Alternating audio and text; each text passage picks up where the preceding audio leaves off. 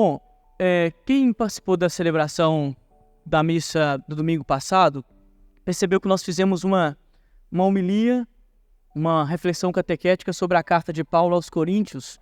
Falamos por que Paulo deu aquele recado à comunidade de Corinto, e falamos da cidade de Corinto como uma cidade portuária, e falamos que este texto de Paulo, que nós lemos domingo passado, é fundamental para a gente entender a ética da sexualidade ou a moral cristã. E aí nós terminamos lá lembrando do resumo, né, dessa moral cristã, por influência da escola estoica, em 5 passos, que era disciplina, hábito, virtude, para chegar àquilo que nós chamamos de beatitude, ou de areté, ou de excelência. Hoje, Paulo, de novo, escreve à comunidade de Corinto, e eu queria trabalhar de novo com vocês esse texto, e rezar um pouquinho este texto com vocês. Isso é vício de linguagem, né? Todo canto que eu vou eu falo trabalhar este texto, mas mais do que trabalhar o texto é deixar que o texto trabalhe em nós. De novo escreve para Corinto, mas a mensagem que nós temos hoje na nossa liturgia é uma mensagem escatológica. E eu faço questão de falar para vocês essas palavras e de trazer para a homilia este vocabulário mais clássico da teologia, porque eu sinto muita falta disso no nosso público. Às vezes nós temos e guardamos muitas informações que não nos ajudam muito e aquelas que são importantes para a nossa fé nós negligenciamos, né? Então, por exemplo, escatologia, quando nós falamos de escatologia ou de mensagem escatológica, nós estamos falando da posição existencial do cristão, ou seja, como que o cristão vive.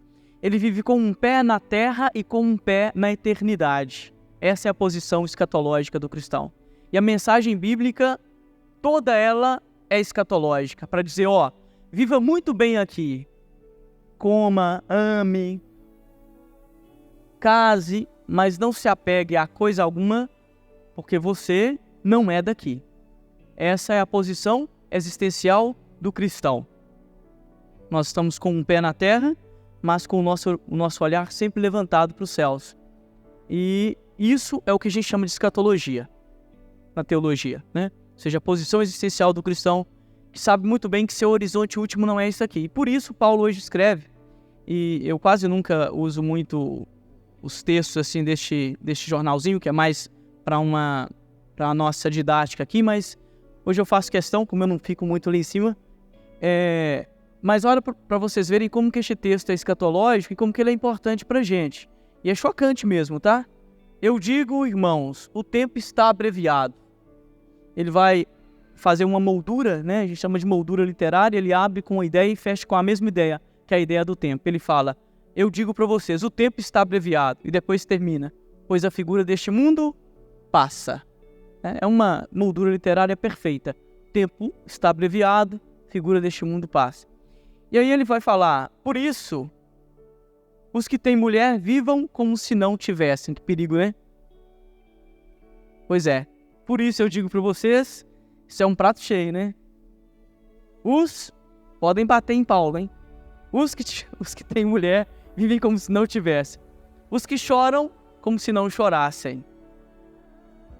Os que estão alegres, como se não estivessem. Os que fazem compras, como se não possuíssem coisa alguma. E os que usam do mundo, como se dele não estivessem gozando. Por que Paulo diz isso? A maioria dos nossos sofrimentos e das nossas ilusões tem a ver com a nossa fixação nas relações que nós estabelecemos, né? E por isso que essa mensagem é escatológica, para dizer, nenhuma relação na terra é perene. As pessoas julgam Vinícius de Moraes, né, que seja eterno enquanto dure, é a dimensão escatológica. Nenhuma relação é perene. Porque morremos, porque nos separamos, porque abandonamos, porque nos decepcionamos. Então, quando você esquece dessa dimensão escatológica, dessa posição existencial, e isso é ruim, porque todos nós queremos um porto seguro. Quem não quer uma pessoa que olhe para você e diga todos os dias eu te amo e você é o amor da minha vida? Quem não quer escutar isso? Só se estiver louco. Todo Todos nós queremos escutar isso. E a gente usa isso. Você é meu porto. É um engano existencial. Não existe porto seguro na Terra, a não ser a cidade, que alguns de vocês vão com bastante frequência. Não existe porto seguro na Terra porque as relações passam, a figura deste mundo passa. Ou você abandona ou é abandonado pela morte ou por outra qualquer coisa que aconteça. E isso é duro, porque nós não queremos ouvir isso. Aí a pessoa está lá apegada, por exemplo, ao seu trabalho. Faz do trabalho dela a vida. Isso aqui é a minha vida. Pode ser qualquer corporação, tá? Pode ser a corporação estatal, pode ser a corporação civil. E aí, de repente, alguém chega para você e fala, civil até hoje não serve mais. Vamos acertar as contas? Fez daquele trabalho um porto seguro, de repente descobriu que não era, né? Então, essa mensagem escatológica, ela mexe conosco, mas é de uma profundidade e tão difícil da gente receber isso da nossa vida, porque todos nós andamos mundo afora vagando, procurando porto seguro. Todos nós. Cai, levanta, anda de novo, se decepciona, ama de novo. Todos nós procuramos isso. Eu acho muito bonito isso. Para mim, isso é a poesia da vida e do cristianismo. Mas é duro de viver. Não é fácil isso. Né? Então, olhar para a pessoa do seu lado e falar: em Deus você é meu porto seguro, mas em Deus você é meu porto seguro. Pode ser que um dia você não exista mais para mim. É muito difícil. Essa semana nós fizemos o velório da esposa do Calixto, que é um paroquiano nosso. Morreu num acidente trágico aqui de moto em Valadares. Algumas pessoas devem ter escutado isso por aí, né? É difícil olhar para o Calixto, né? E falar isso para ele, porque era um tempo de casado, estava sempre aqui com a gente.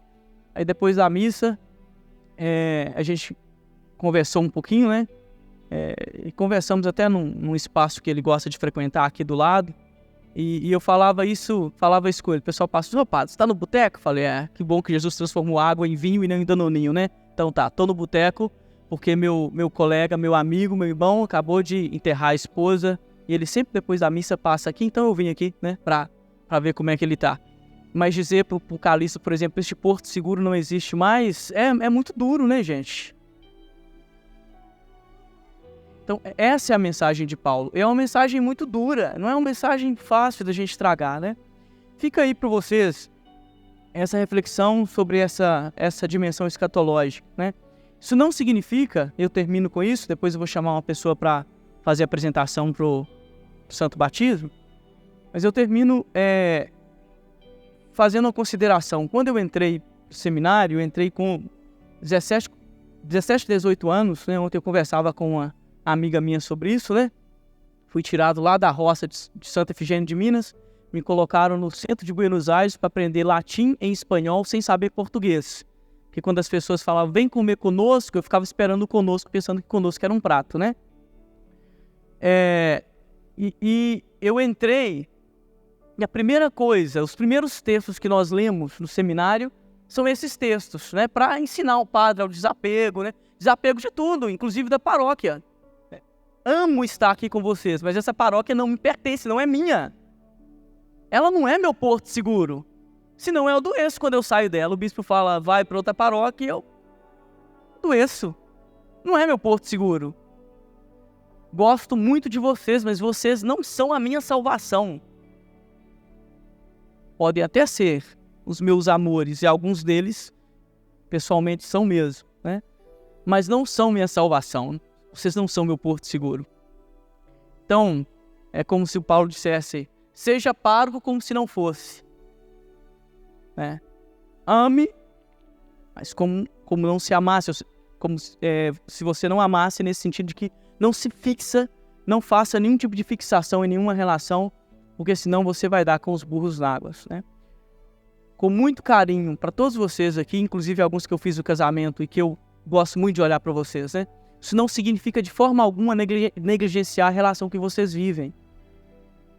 Agora é um para o outro e agora é sim, em Deus o porto seguro. Mas em Deus.